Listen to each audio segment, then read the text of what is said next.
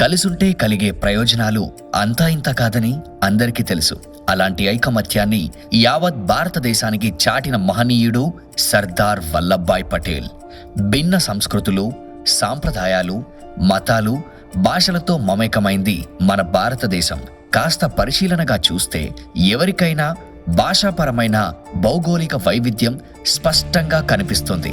ప్రజల ఆహారపు అలవాట్లు, పండుగలు, మనుషుల రంగులు, సంస్కృతులు, ఆచార వ్యవహారాల్లో బాహ్యంగా కనిపించే వ్యత్యాసాలు చాలానే ఉంటాయి.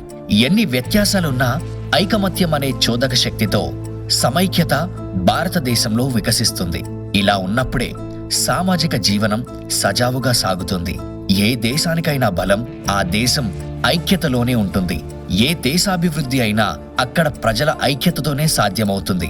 భారతీయుల్లో ఐక్యతా భావం భిన్నత్వంలో ఏకత్వాన్ని చాటి చెబుతుంది. కావున ఇటువంటి జాతీయ ఐక్యతా దినోత్సవాన్ని అక్టోబర్ 31న సర్దార్ వల్లభాయ్ పటేల్ గారి జయంతిని పురస్కరించుకొని జరుపుకుంటున్నాం. ఈ సందర్భంగా భారతదేశంలో జాతీయ ఐక్యతా దినోత్సవాన్ని ఎవరు ప్రవేశపెట్టారు?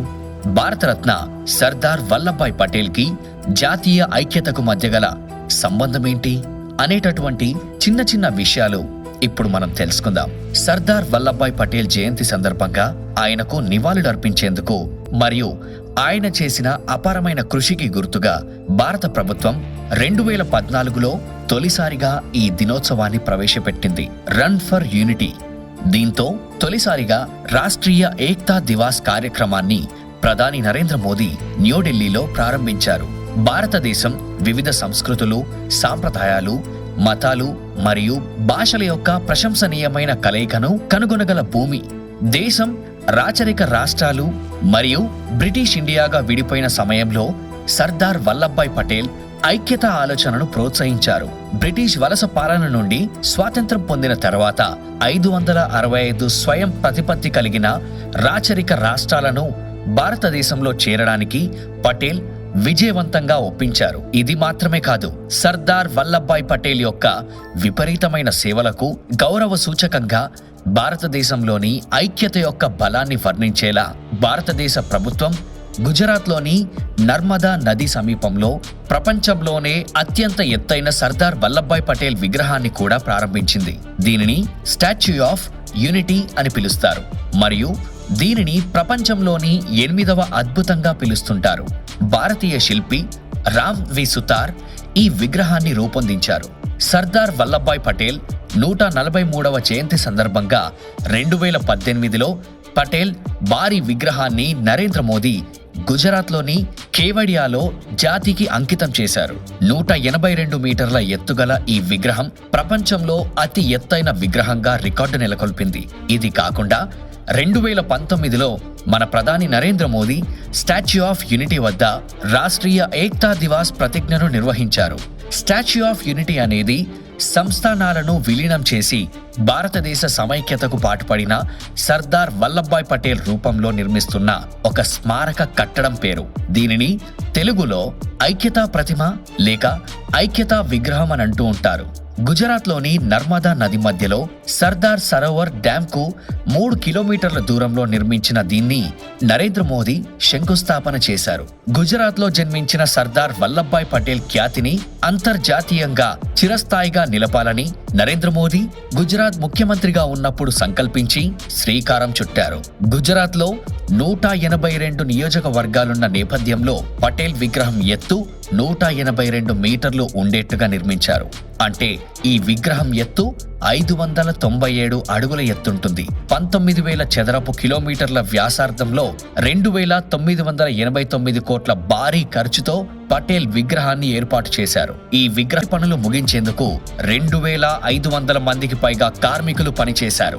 అమెరికాలోని స్టాచ్యూ ఆఫ్ లిబర్టీ విగ్రహానికి రెండింతల పెద్దదిగా నిర్మిస్తున్న సర్దార్ పటేల్ ఐక్యతా స్మారక చిహ్నం ప్రపంచంలోనే అత్యంత ఎత్తైన విగ్రహం. అయితే విగ్రహావిష్కరణ సందర్భంగా ఏర్పాటు చేసిన శిలాఫలకంలో తెలుగు భాషకు చోటు దక్కలేదు. దేశ భాషలందు తెలుగు లెస్స అన్నారు. కానీ స్టాచ్యూ ఆఫ్ యూనిటీ అనే పేరుతో ఏర్పాటు చేసిన ఐక్యతా చిహ్నంలో తెలుగు పేరు మాత్రం లేదు. ఈ శిలాఫలకంపై 10 భాషలకు చోటు కల్పించింది కేంద్ర ప్రభుత్వం. దక్షిణాది నుంచి కేవలం తమిళ భాషను మాత్రమే ముద్రించింది. అయితే తమిళంలో తప్పుగా రాశారని దాన్ని కూడా చెరిపేయడం గమనార్హం. దేశంలో అత్యధికులు మాట్లాడే భాషల్లో తెలుగు 3వ స్థానంలో ఉంది. అయినా కావాలనే తెలుగు భాషను పట్టించుకోని కేంద్ర ప్రభుత్వం ప్రపంచంలోనే ఎత్తైన ఐక్యతా విగ్రహం అని గొప్పలు చెప్తుంది. దీన్ని ఐక్యత అంటారా అని పలువురు మేధావులు, చరిత్రకారులు ప్రశ్నించారు. ప్రతి సంవత్సరం సర్దార్ వల్లభాయ్ పటేల్ జయంతిని పురస్కరించుకొని దేశం వివిధ కార్యక్రమాలను నిర్వహించడం ద్వారా జాతీయ ఐక్యతా దినోత్సవాన్ని జరుపుకుంటుంది. న్యూఢిల్లీలోని పటేల్ చౌక్లో ప్రతి సంవత్సరం ఉదయం సర్దార్ పటేల్ విగ్రహానికి పూలమాలలు వేసి నివాళులర్పిస్తారు. ఈ సందర్భాన్ని పురస్కరించుకొని భారత ప్రభుత్వం రన్ ఫర్ యూనిటీ వంటి వివిధ కార్యక్రమాలను నిర్వహిస్తుంది. రన్ ఫర్ యూనిటీ కార్యక్రమం ప్రధాన నగరాలు మరియు గ్రామీణ ప్రాంతాల్లోని వివిధ ప్రదేశాలలో నిర్వహించబడుతుంది. ఈ కార్యక్రమంలో పాఠశాలలు, కళాశాలలు, విశ్వవిద్యాలయాలు మరియు విద్యా సంస్థల విద్యార్థులు పాల్గొంటారు. ఈ కార్యక్రమం ఢిల్లీలో భారీ స్థాయిలో నిర్వహించబడింది. ఇక్కడ ఉదయం విజయ్ చౌక్ నుండి రాజ్పథ్లోని ఇండియా గేట్ వరకు రన్ జరుగుతుంది. రెండవ కార్యక్రమం ప్రభుత్వ కార్యాలయాలు, ప్రభుత్వ రంగాలు మరియు సంస్థల్లో ప్రతిజ్ఞ కార్యక్రమం నిర్వహించడం జరుగుతుంది. వివిధ నగరాల్లోని మున్సిపల్ కార్పొరేషన్లోని ఉద్యోగులు మరియు సిబ్బంది జాతీయ ఐక్యతా ప్రతిజ్ఞలో పాల్గొంటారు. జాతీయ ఐక్యతా దినోత్సవ శుభాకాంక్షలను ఇచ్చిపుచ్చుకొని ఆపై ఐక్యతా పరుగు కోసం వెళ్తారు. మూడవ కార్యక్రమం స్కౌట్స్, గైడ్స్, ఎన్సీసీ, ఎన్ఎస్ఎస్ మొదలైన వాటితో సహా పోలీసులచే మార్చ్ ఫస్ట్ రూపంలో జరుగుతుంది. ఇది ప్రధాన నగరాలు మరియు జిల్లా పట్టణాలలో నిర్వహించబడుతుంది. అలాగే పాఠశాలలు మరియు కళాశాలల విద్యార్థులు అనేక సాంస్కృతిక కార్యక్రమాలను నిర్వహిస్తూ ఉంటారు. ఇందులో ఐక్యత మరియు సౌభ్రాతృత్వ సందేశాన్ని వ్యాప్తి చేయడానికి పోస్టర్ తయారీ, వ్యాసరచన, ప్రసంగ కథనం, క్విజ్ పోటీలు, పెయింటింగ్, ఆర్ట్ మేకింగ్ పోటీలు, వివిధ అంశాలపైన చర్చలు మొదలైనవి ప్రధానంగా జరుగుతూ ఉంటాయి. ఈ దినోత్సవాన్ని పురస్కరించుకొని జాతీయ ఐక్యత మరియు సమగ్రత కోసం వ్యక్తులు చేసిన విలువైన సేవలను గౌరవించడానికి మరియు వాటికి గుర్తుగా ప్రభుత్వం సర్దార్ పటేల్ జాతీయ ఐక్యత అవార్డును కూడా నిర్వహిస్తుంది. భారతదేశపు మొదటి హోంమంత్రి మరియు మొదటి ఉప ప్రధానమంత్రి సర్దార్ వల్లభాయ్ పటేల్ భారతదేశపు ఉక్కు మనిషిగా ప్రసిద్ధి చెందారు. అతను అక్టోబర్ 31, 1875న గుజరాత్లోని నాడియాడ్లో జన్మించారు. జనవరి 5, 1917న పటేల్ మొదటిసారిగా అహ్మదాబాద్ మున్సిపాలిటీకి కౌన్సిలర్గా ఎన్నికయ్యారు. తరువాత 1924లో అహ్మదాబాద్ మున్సిపాలిటీకి అధ్యక్షుడిగా ఎన్నికయ్యారు. భారతీయ సమాఖ్యతను ఏర్పాటు చేయడానికి అనేక రాచరిక భారతీయ రాష్ట్రాలను ఏకీకృతం చేయడంలో అతను ముఖ్యమైన పాత్ర పోషించాడు. స్వతంత్రం సమయంలో అతను భారత యూనియన్ను అంగీకరించడానికి అనేక రాచరిక రాష్ట్రాలను అంగీకరించాడు. గాంధీ-ఇర్విన్ ఒప్పందంపై సంతకం చేసిన తరువాత అతను 1931 సమావేశానికి కాంగ్రెస్ అధ్యక్షుడిగా ఎన్నికయ్యాడు.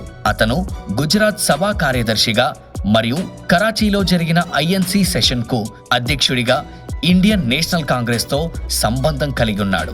బార్డోలీ మహిళలు వల్లభాయ్ పటేల్ను సర్దార్ అనే బిరుదుతో సత్కరించారు. రాచరిక రాష్ట్రాలను ఒక దేశంగా ఏకం చేయడం, మహిళా సాధికారత పట్ల అతని సహాయక దృక్పథం మరియు భారతదేశాన్ని ఐక్య దేశంగా మార్చడంలో బలమైన నాయకత్వ పాత్రను పోషించి 75 ఏళ్ల వయసులో డిసెంబర్ 15, 1950న గుండెపోటుతో అనారోగ్య సమస్యలతో బాధపడుతూ పటేల్ తన తుది శ్వాస విడిచారు. ఈ రోజును పాటించడం వల్ల దేశం యొక్క బలాన్ని అత్యంత ఐక్యత, సమగ్రత మరియు భద్రతతో పునరుద్ఘాటించవచ్చు. జాతీయ ఐక్యతా దినోత్సవాన్ని జరుపుకోవడం యొక్క లక్ష్యం దేశ ఐక్యతను పెంపొందించడం మరియు వల్లభాయ్ పటేల్ యొక్క అపారమైన రచనల గురించి అవగాహన కల్పించడం. ఈ రోజును పాటించడం వల్ల దేశం యొక్క బలాన్ని అత్యంత ఐక్యత, సమగ్రత మరియు భద్రతతో పునరుద్ఘాటించవచ్చు.